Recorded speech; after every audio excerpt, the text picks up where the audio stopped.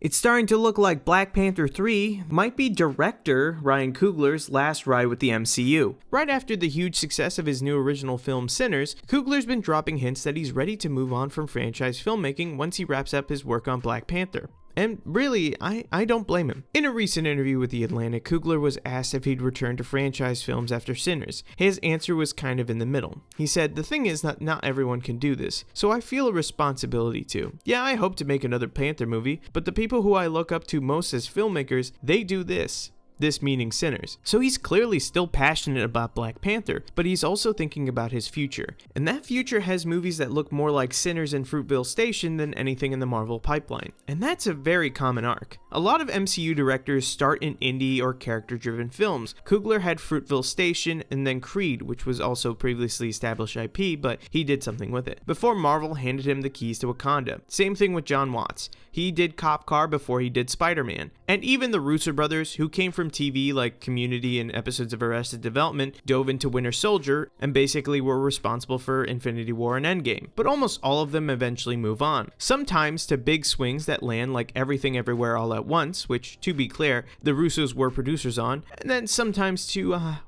whatever the Electric State was. They've had more misses than hits post-Endgame. It's not hard to see why they came back. So what does this mean for Black Panther 3? I still think we're getting it. It makes sense for Coogler to wrap up the trilogy. He's invested, the story's not done, and it's one of Marvel's biggest franchises. He's also working on Eyes of Wakanda as an executive producer, I think. But after that, I'd say it's a safe bet that he's out. And if Sinners keeps getting traction, I wouldn't be surprised if he spends the next few years building his own little cinematic universe instead of adding to someone else's. But that's just how I'm seeing it. What are your thoughts in the comments down below?